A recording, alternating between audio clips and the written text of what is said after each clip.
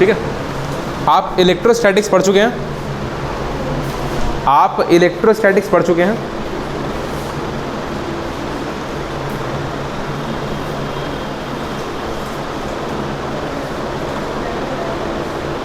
और ये जो आप अब पढ़ेंगे ये इलेक्ट्रोडायनामिक्स का एक पार्ट है। इलेक्ट्रोडायनामिक्स का मतलब है कि जब चार्ज इज इन मोशन, अभी तक आप जो भी पढ़े हैं वो सारा चार्ज का आधा पढ़े हैं, जब चार्ज रुका होता है।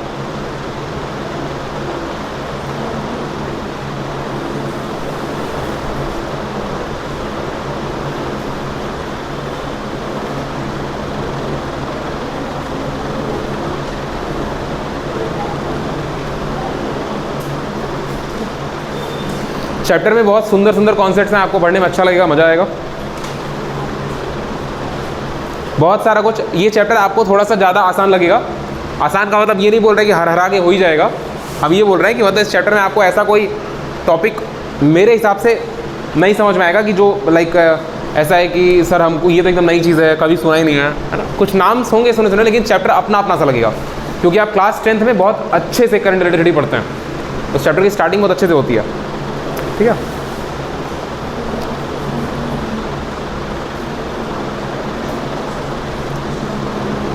आप लोग चैप्टर की स्टार्टिंग वहीं से होगी, इसमें ब्लर नहीं आ रहा ना, ये चैप्टर की स्टार्टिंग वहीं से होगी। Current electricity, basically electric current क्या होता है, चार्ज का इंट्रोडक्शन पढ़ेंगे।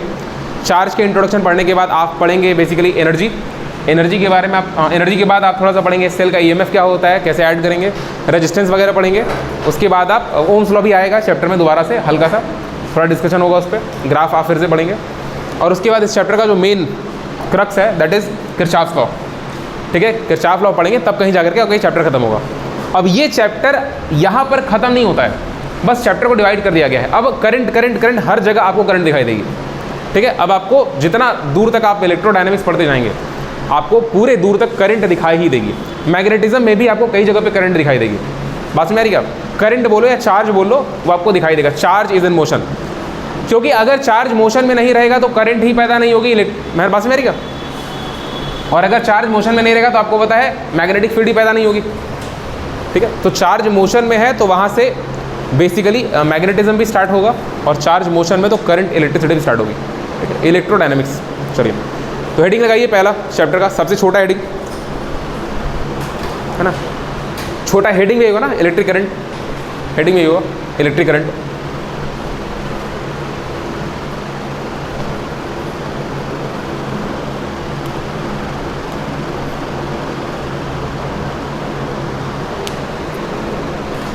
हेडिंग होगा इलेक्ट्रिक करंट।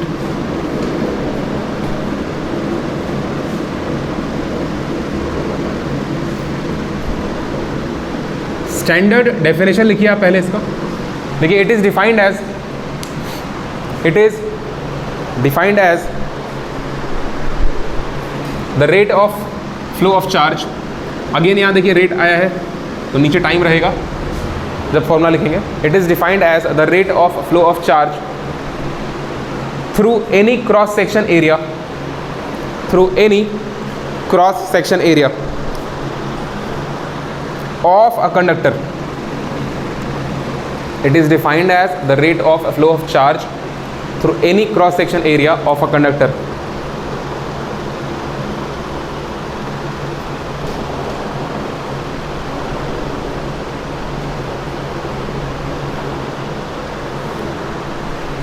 हो गया? तो आप इलेक्ट्रिक करंट को ऐसे डिफाइन करेंगे। हाँ देखो, जितनी बातें आपको पता है उसको हम बहुत जल्दी से निकाल देंगे, ठीक है। आप डिफाइन ऐसे करते हैं ना बेसिकली, आई बराबर चार्ज फ्लोन अपॉन में टाइम टेकन। कितने समय में कितना चार्ज फ्लो हुआ किसी एक क्रॉस सेक्शन एरिया से। अगर मान लीजिए कंडक्टर है, इट इज़ अ वायर, कोई कंडक्टर है, इस कंडक्टर का ये क्रॉस सेक्शन, आप क्रॉस सेक्शन एरिया समझते हैं, किसी तार को इस, जैसे ये मान लीजिए लंबा तार ऐसे, इतना लंबा तार है, आप इसको बीच से काट दीजिए ऐसे, तो काटने का तार अलग हो जाएगा। तो ये वाला जो एरिया होता है ना, ये क्या होता है? Cross section area. तो किसी भी क्रॉस सेक्शन एरिया से पर यूनिट टाइम में जितना चार्ज गया उसी को आप बोलेंगे इलेक्ट्रिक करंट। तो इलेक्ट्रिक करंट डिफाइन ऐसे हो जाएगा। बात में आ रही है? ये तो बचपन वाला डेफिनेशन है। इसके बाद एक बात और लिखो, पहले इसको नोट कर लो, इसको नोट करो फटक से।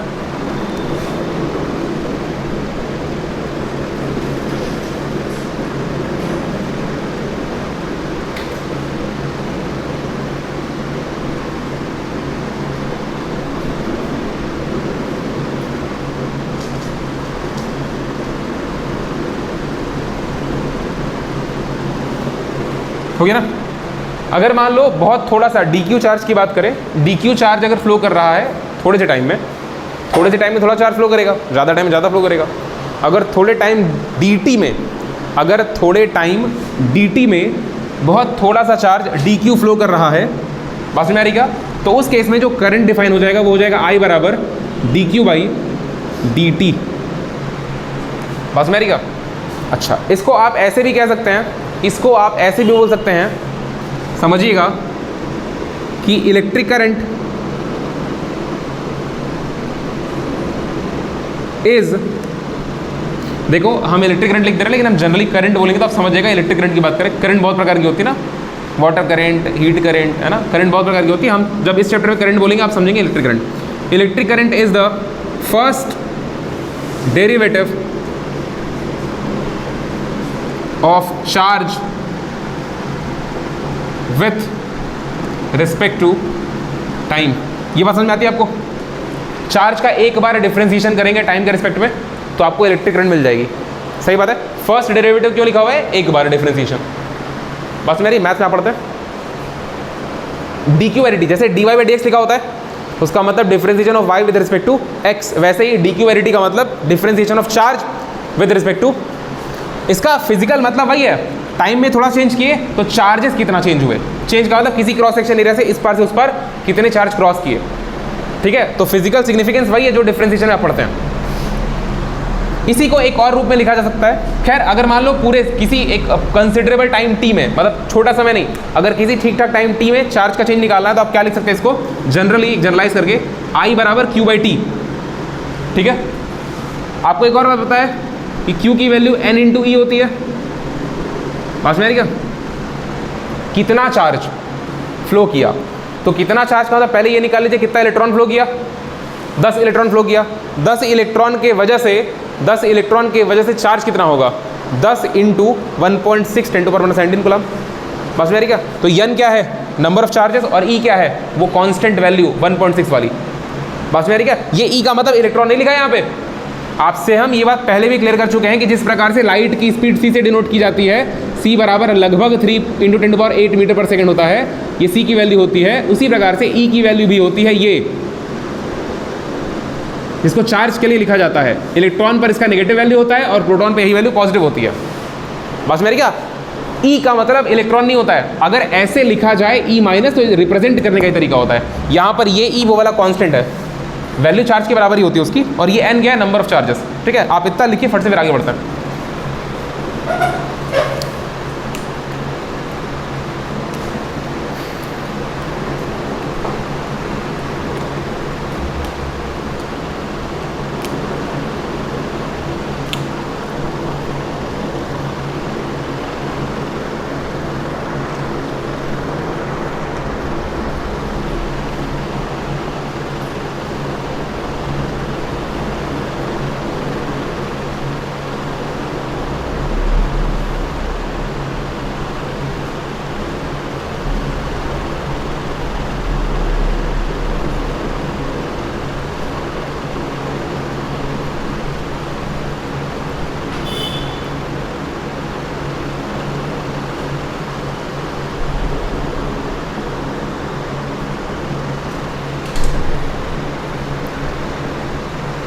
हो गया?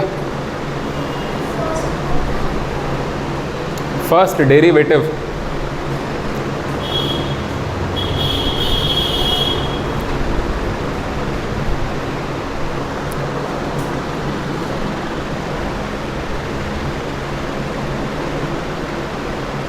देखो, हर चैप्टर का ना इंट्रोडक्शन ना अच्छे समझा करो और अच्छे से अपनी कॉपी पे लिखा करो।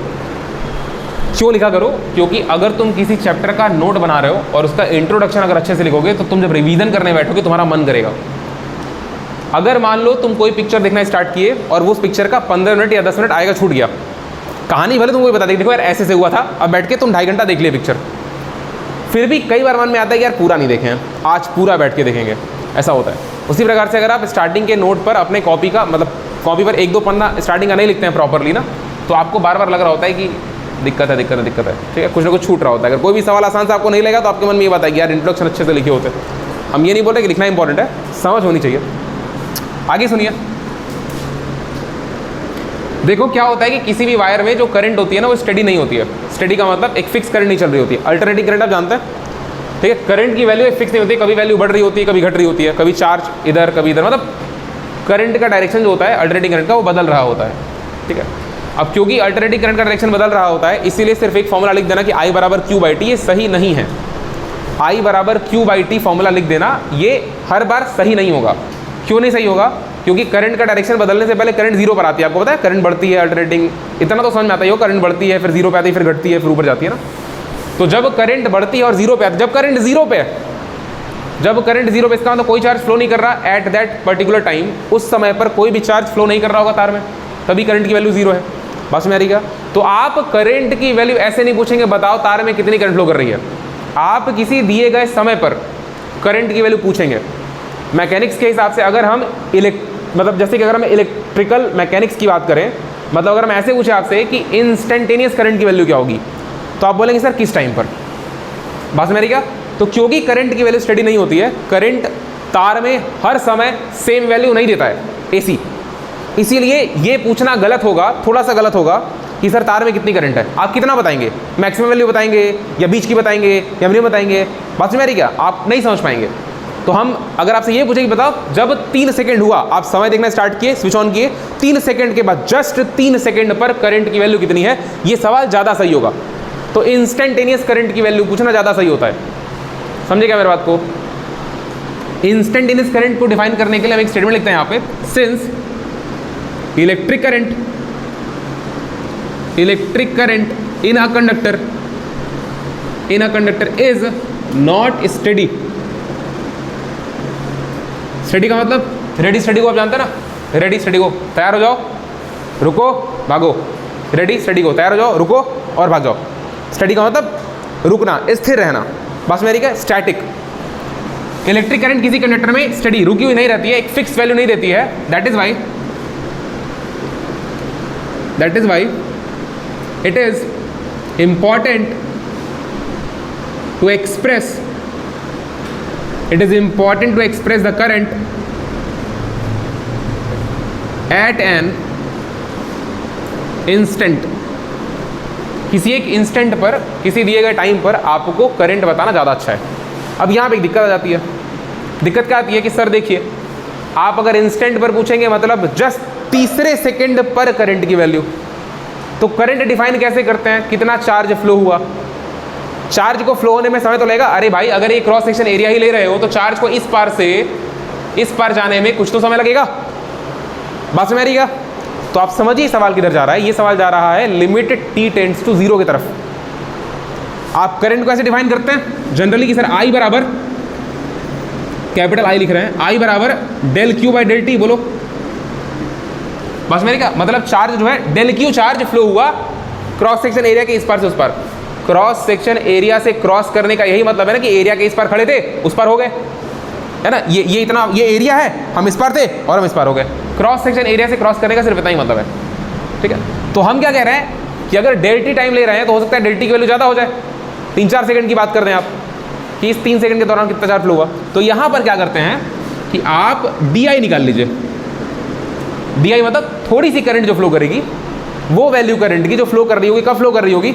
जब आप समय को लगभग 0 पहुंचाएंगे, मतलब कि limit del T tends to 0 पर it becomes dq by dt।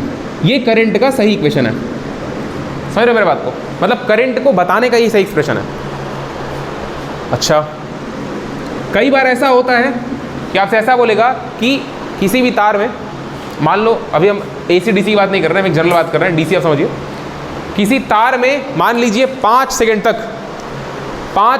तक करंट फ्लो की है, या फिर T टाइम तक कोई करंट फ्लो कर रही है, बस मेरे क्या, या फिर DT टाइम में करंट फ्लो की। आपको चार्ज की वैल्यू बतानी है, आपको चार्ज की वैल्यू बतानी है। तो DT टाइम में कितनी करंट फ्लो की? देखो चार्ज की वैल्यू कैसे निकालोगे? करंट इनटू टाइम से निकालोगे। बस मेरे क्या, DT टाइम में फ्लो की गई करंट का मल्टीप्लाई उस टाइम में करोगे तो DQ चार्ज आएगा। अरे DT टाइम में DQ चार्ज फ्लो करेगा ना।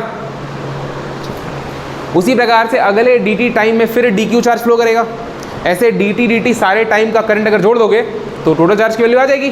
तो यहाँ से एक इक्वेशन बनता है इंटीग्रल इक्वेशन ऑफ चार्ज। बात समझ आ रही क्या? यहाँ से अभी क्वेश्चन आते हैं calculation of charge, calculation of charge. इस पर सवाल भी आता है ग्राफ वाले, कैलकुलेशन ऑफ चार्ज। तो आप क्या करते हैं, चार्ज कैसे कैलकुलेट कर सकते हैं आप? Integral of I dot D T. क्या ये बात आपको समझ आ रहा है? समझ आ रहा है क्या? ठीक है, आप करंट का इंटीग्रेशन करेंगे टाइम के रिस्पेक्ट में तो क्या आ जाएगा, चार्ज की वैल्यू आ जाएगी। आप लिमिट जो दिया रहेगा सवाल में रिस्पेक्टिव लिमिट लगा देंगे, टाइम की वैल्यू यहाँ से यहाँ तक 3 सेकंड से 10 सेकंड के बीच में कितने चार्ज फ्लो हुए। ठीक है, तो करंट की वैल्यू अगर सवाल में दे रखा है कि सर करंट कांस्टेंट है, ये बात हम इसलिए बता रहे थे आपको क्योंकि हम एसी भी अपने दिमाग में लेके चल रहे हैं ना, और एसी करंट की वैल्यू ऊपर नीचे हो रही है। कक्षा 10 में ऐसा कुछ सीन आया नहीं था, कक्षा 10 में आपको करंट की वैल्यू दी रही 5 एम्पीयर करंट फ्लो कर रही है 10 सेकंड तक, बताओ कितना चार्ज फ्लो किया। कक्षा 10 में सवाल ऐसे ही बना था ना कि करंट की वैल्यू दे रखी थी, बोल रहा था इतने सेकंड तक करंट फ्लो कर रही है, बताओ कितना चार्ज फ्लो हुआ। या फिर आपको दे देगा कि बताओ 3000 कूलाम चार्ज फ्लो किया है 2 सेकंड में, कितना करंट फ्लो हुआ। तो वहाँ पे तो ऐसा कोई मैटर था नहीं कि सर करंट जो है वो बढ़ रहा है घट रहा है बढ़ रहा है घट रहा है। एसी थोड़ा सा आपको पढ़ा दिया जाता है कि एसी नाम की करंट होती है, डीसी नाम की करंट होती है। यहाँ पर थोड़ा सा हम कंसिडर करके चल रहे हैं क्योंकि ये इक्वेशन आपको समझाना जरूरी है। ये इक्वेशन आप कब लगा रहे होंगे, जब किसी एक पर्टिकुलर टाइम पे एसी करंट की वैल्यू पूछ रहा होगा। डीसी का भी पूछे तो कोई दिक्कत नहीं है, तो किसी भी गिवन टाइम पर है ना। ये इक्वेशन हम एक जनरलाइज इक्वेशन बता रहे हैं कि अगर करंट दे दिया है कि 10 एम्पियर की करंट, या फिर ये बोल रहा है मैं टाइम को इंटीग्रेट करूंगा, तो इसका मतलब करंट का इक्वेशन दिया रहेगा टाइम के टर्म में, है ना। करंट का इक्वेशन टाइम के फॉर्म में दिया रहेगा, इंडिपेंडेंट वेरिएबल टाइम रहेगा और आप उसको टाइम के रिस्पेक्ट इंटीग्रेट करेंगे। अगर आपको मेरी बात समझ में आ रही है तो वेरी गुड, नहीं तो सवाल जब सामने आएगा तो आपको समझ में आ जाएगा। लिखिए इतना,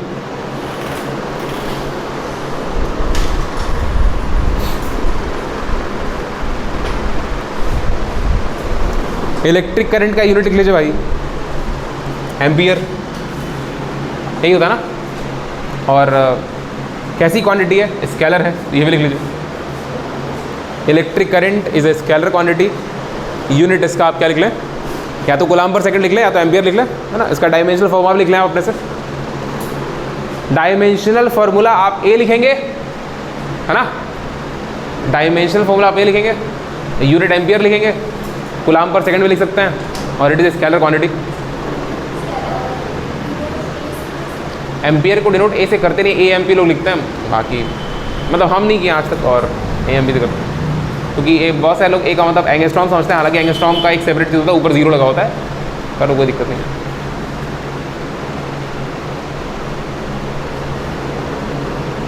हो गया, एक सवाल करिए, एक सवाल करिए, अच्छा लगाओ, अपने आप को अच्छा लगाओ ना, ये सब देख के समझो कि तुम्हारा सिलेबस बहुत आसान है, अपने मन में ऐसी धारणा बनाया, अब बस यही पढ़ना है, बस यही पढ़ना। सवाल लिखिए, सवाल लिखिए। How many electrons pass, how many electrons pass through a lamp, through a lamp, LAMP, लालटेन वाला लैम्प नहीं है ये, लैम्प लाइट जो होती है ना, दैट इज वाला लैम्प। लालटेन में इलेक्ट्रॉन चल रहा है, दिमाग लगा दो उसी में।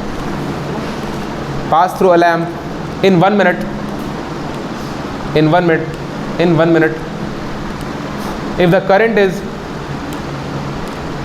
current is 300 milliampere, 300 milli ampere,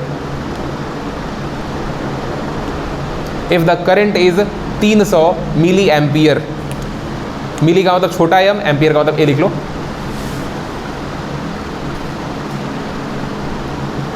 लगाइए सवाल, अप्रोक्सीमेट आंसर दीजिएगा, डेसिमल के बाद 2 डिजिट तक लेकर के जाइएगा, अगर डेसिमल आएगा तो, नहीं आएगा तो छोड़ दीजिएगा।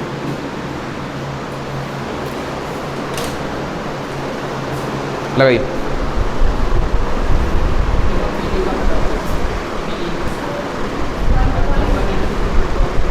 One 1.1 10 to power 19, 25,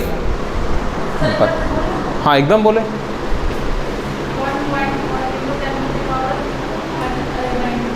19। अच्छा देख लेते ना, देख लेते क्या आंसर आ रहा है। सवाल ज़रा बताओ, 1 मिनट था टाइम, है ना, और 300 मिली एम्पियर करंट थी। देखिए ऐसा है कि करंट दे रखा है 300 मिली एम्पियर ना, 300 मिली का मतलब 10 टू पावर -3 होता है क्या, मिली का मतलब 10 टू पावर -3 होता है, और यहाँ एम्पियर लगा दीजिए, कोई दिक्कत नहीं है। टाइम देखिए दिया हुआ 1 मिनट, सेकंड में कन्वर्ट करेंगे 60 सेकंड बनेगा, है ना, क्योंकि एम्पियर के करंट को आप सेकंड से गुणा करेंगे तो ही कूलाम में आंसर आएगा। क्योंकि ऐसा ही यूनिट होना चाहिए। चार्ज बराबर क्या होता है I इंटू टी। ये तो सबसे सरल सवाल था, इसी सवाल में देखो बहुत सारे लोगों का उत्तर जो है इतना सुंदर आया है कि मतलब क्या बताएं। हाँ जी, I की वैल्यू आप लिख दीजिए 300। एक काम करो, इसको 3 इंटू 10⁻⁻1 कर दो ना, क्योंकि 2 जीरो से 3 इसका कैंसिल होगा, -1 बचेगा, और इंटू ये 60 सेकेंड। सॉरी कुछ गलत हो रहा है क्या? ठीक है ना, कोई दिक्कत नहीं है। ये हो गया क्या कूलम, ये हो गया 18 कूलम। ये तो हो गया चार्ज की वैल्यू। आपको नंबर ऑफ इलेक्ट्रॉन निकालना है, तो फॉर्मूला होता है n इंटू ई बराबर क्यू, या फिर q बराबर एन ई। n क्या होता है, नंबर ऑफ इलेक्ट्रॉन बराबर q बाई ई कर दीजिए इसको आप।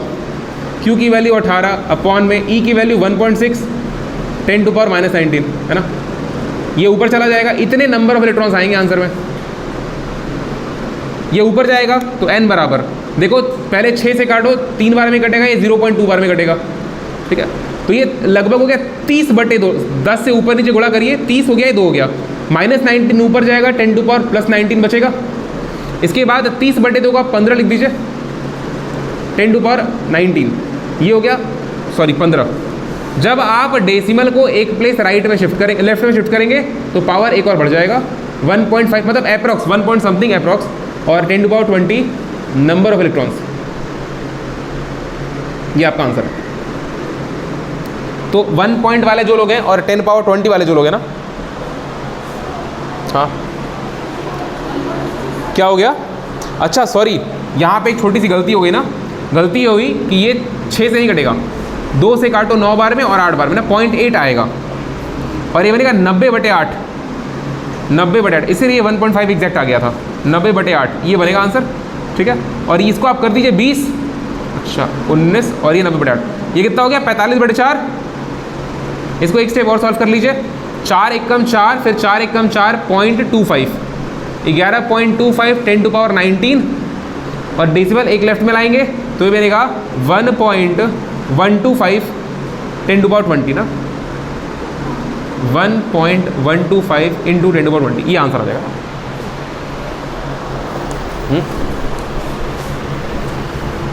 ठीक है जी, ये आपका आंसर है। चलिए एक और सवाल लिखिए, बहुत ही बेहतरीन सुंदर सवाल है, कॉन्सेप्ट का सवाल है, कैलकुलेशन वाला सवाल नहीं है। जल्दी नोट करो, जल्दी नोट करो।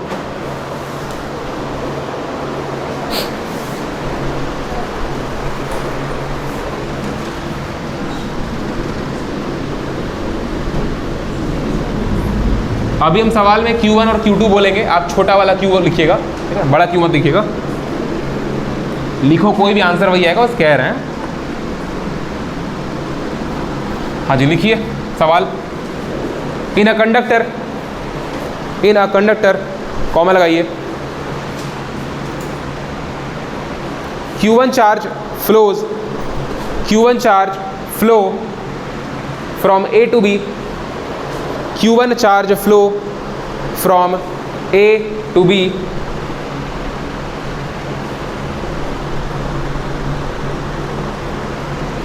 in T1 time, and minus Q2 charge and minus Q2, मतलब Q1 पॉजिटिव है और Q2 नेगेटिव चार्ज है, and minus Q2 charge flows from B to A in T2 time, छोटा T1 छोटा T2 है ना।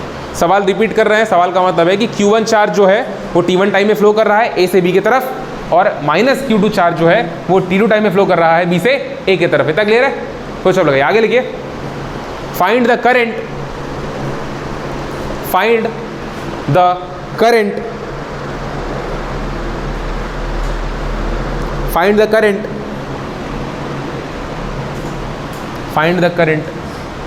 flown in the conductor.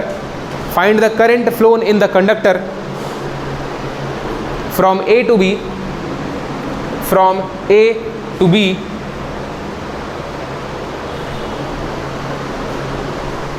in the time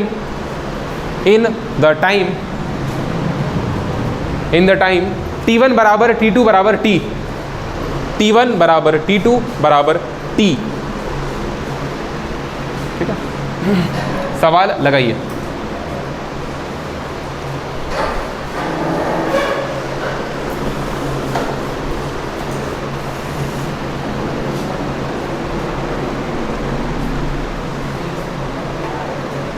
सवाल को और ज़्यादा क्रिस्टल क्लियर समझने के लिए आप इस बात को समझिए कि वो दोनों घटनाएं साथ में घट रही हैं।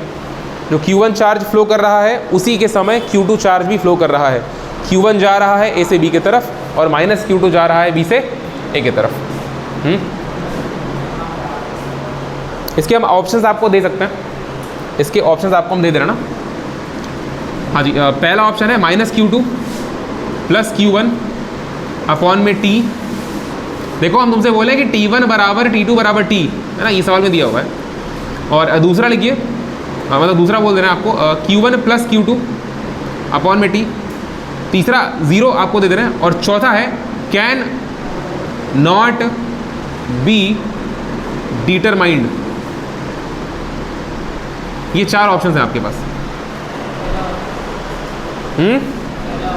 पहला वाला, अच्छा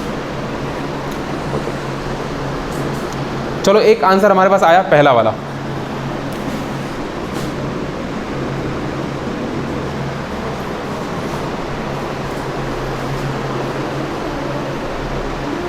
दो आंसर आया पहला वाला।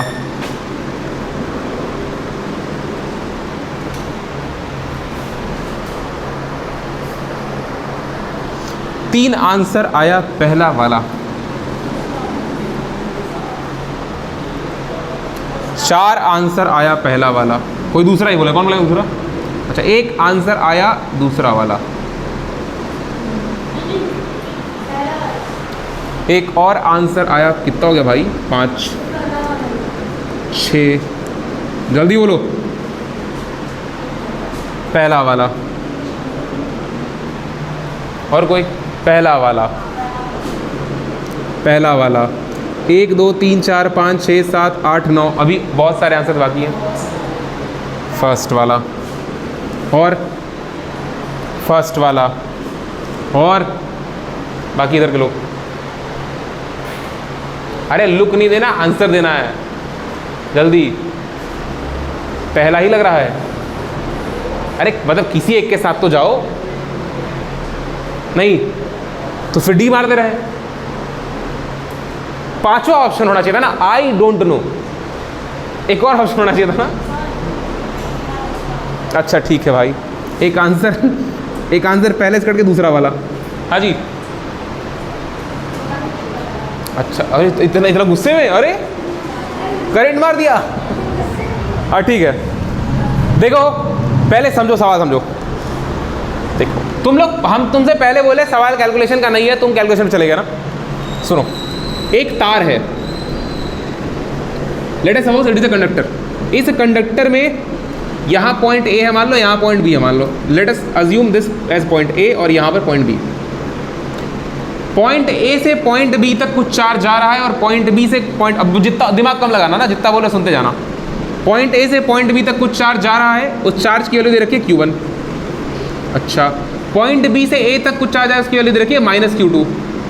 यही दिया हुआ ना, ठीक है। डेटा पूछेंगे, कंफर्म कर देना। पॉइंट ए से बी तक जो चार्ज जा रहा है वो T1 टाइम मतलब T टाइम में जा रहा है, और पॉइंट बी से ए तक भी जो चार्ज आ रहा है वो भी T टाइम में ही आ रहा है। सही बात है, और दोनों घटना एक साथ घट रही हैं। आपको टोटल करंट की वैल्यू निकाली थी। अब सुनो, कन्वेंशनल करंट का डायरेक्शन जो होता है, कन्वेंशनल करंट जो चलती है उसका डायरेक्शन दो प्रकार से डिफाइन किया जाता है। एक तो अलोंग पॉजिटिव चार्ज, हम पूरा एक्सप्लेन करके मतलब बड़े में लिखा रहे हैं बस, है ना, जिधर पॉजिटिव, या फिर opposite, opposite to negative charge. क्या आपको ये बात समझ आ रही है? पहले इस चार्ज की वजह से बताओ करंट कितना फ्लो करेगा, प्लस या माइनस नहीं, मुझे बताओ कितना फ्लो करेगा। Q1/T फ्लो करेगा। इस चार्ज के वजह से जो करंट आप फ्लो करवा रहे हैं वो फ्लो करवा रहे हैं Q1/T। डायरेक्शन बताओ इसका, ए से बी या बी से ए। इसका डायरेक्शन आप पता है, सुनो ध्यान से, इसका डायरेक्शन आप पता कैसे कर पाएंगे? चार्ज के सिंबल से पता कर पाएंगे। चार्ज पॉजिटिव या नेगेटिव, तो पॉजिटिव जिधर जाएगा उधर ही जाएगा करंट, तो ए से बी मतलब इधर जाएगा। Q1/T करंट इधर जाएगा। इसके वजह से करंट कितना फ्लो करेगा, माइनस Q2/T। बुद्धि खराब है, करंट की वैल्यू निगेटिव होती है। करंट की वैल्यू निगेटिव नहीं होती है ना भाई, चार्ज निगेटिव होता है। वो निगेटिव चार्ज तो ये बताता है ना कि पॉजिटिव के अपोजिट नेचर है। तुम करंट की वैल्यू में कहां ऐसा पढ़े हो कि sir charge with symbol upon में टाइम। आपको तो सिर्फ ये पता करना है सर चार्ज कितना फ्लो हुआ। या फिर अगर मान लो तुमको दिक्कत हो रही है तो समझो पॉजिटिव चार्ज तो समझते हो ना, अगर माइनस Q2 मतलब Q2 चार्ज निगेटिव इधर आ रहा है तो ये भी तो कह सकते हैं कि सर Q2 पॉजिटिव उधर जा रहा होगा। बस मेरी का या फिर तो यहाँ से करंट की वैल्यू क्या, इसको I1 बोल लो, चलो ठीक है। यहाँ से करंट कितना निकलेगा, Q2 अपॉन में T निकलेगा। इस करंट का डायरेक्शन किधर होगा, ये माइनस चार्ज इधर आ रहा है तो इसके अपोजिट इधर होगा डायरेक्शन। क्या आपको ये समझ आ रहा है करंट की वैल्यू निगेटिव नहीं होती है? अरे करंट की वैल्यू पॉजिटिव, करंट वेक्टर है कि स्केलर है? स्केलर है ना। स्केलर क्वांटिटी जब है तो उसके साथ माइनस कैसा भाई, स्केलर क्वांटिटी के साथ माइनस। करंट का डायरेक्शन क्या प्लस माइनस एक्सप्लेन करेगा? करंट का डायरेक्शन तो पॉजिटिव चार्ज के मोशन का डायरेक्शन एक्सप्लेन करेगा। बात में आ रही क्या? तो करंट का अमाउंट कितना है, Q2/T।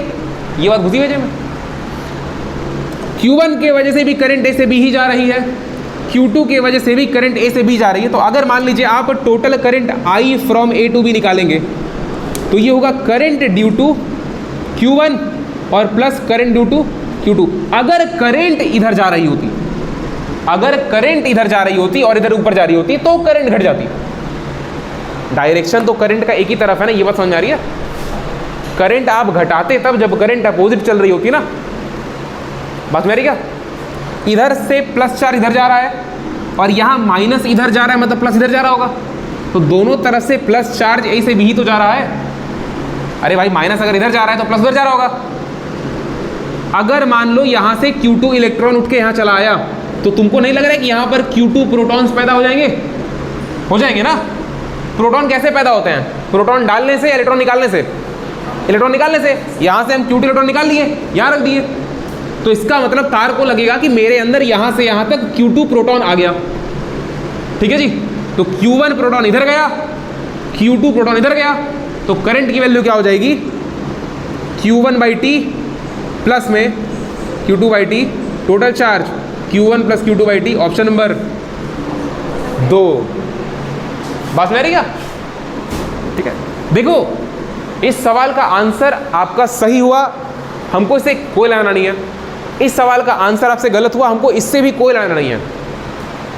ठीक है। हो सकता है कि कोई बच्चा समझ सही रहा हो, झटके में आंसर गलत मार दिया हो सकता है कि कोई बच्चा गलत समझ रहा हो, झटके में सही आंसर मार दिया हो। आपके ब्रेन में क्या होना चाहिए, ये बात समझ में आनी चाहिए। करंट का डायरेक्शन आप हमेशा चार्ज के वजह से डिफाइन करेंगे, पहली बात। दूसरी बात, आप देखिए करंट जहां से जहां जा रही है तो करंट का डायरेक्शन फाइंड करो पहले। अगर करंट एक ही तार में एक ही समय सेम डायरेक्शन में है तो करंट जुड़ जाएगी, और अगर करंट एक ही साथ में एक ही समय में अपोजिट में तो करंट घट जाएगी, क्योंकि total number of charge phloem घट गया ना। अरे भाई 5 ठो इलेक्ट्रॉन यहाँ से यहाँ आए, 2 मिला उधर भाग गए, तो टोटल इलेक्ट्रॉन में चेंज कितने का हुआ, 3 का हुआ ना। बात समझ आ रही क्या? 2 इलेक्ट्रॉन यहाँ से यहाँ आए, 3 इलेक्ट्रॉन यहाँ से यहाँ गए, और नीचे से भी एक बार इधर आ गया, करंट बहेगी? नहीं बहेगी। 2 + 1 3 हो गया, और 3 उधर चला गया। बात तो बराबर है ना, पोटेंशियल डिफरेंस जनरेट होगा ही नहीं। ठीक है, इसको नोट करिए ना, इसको नोट करिए।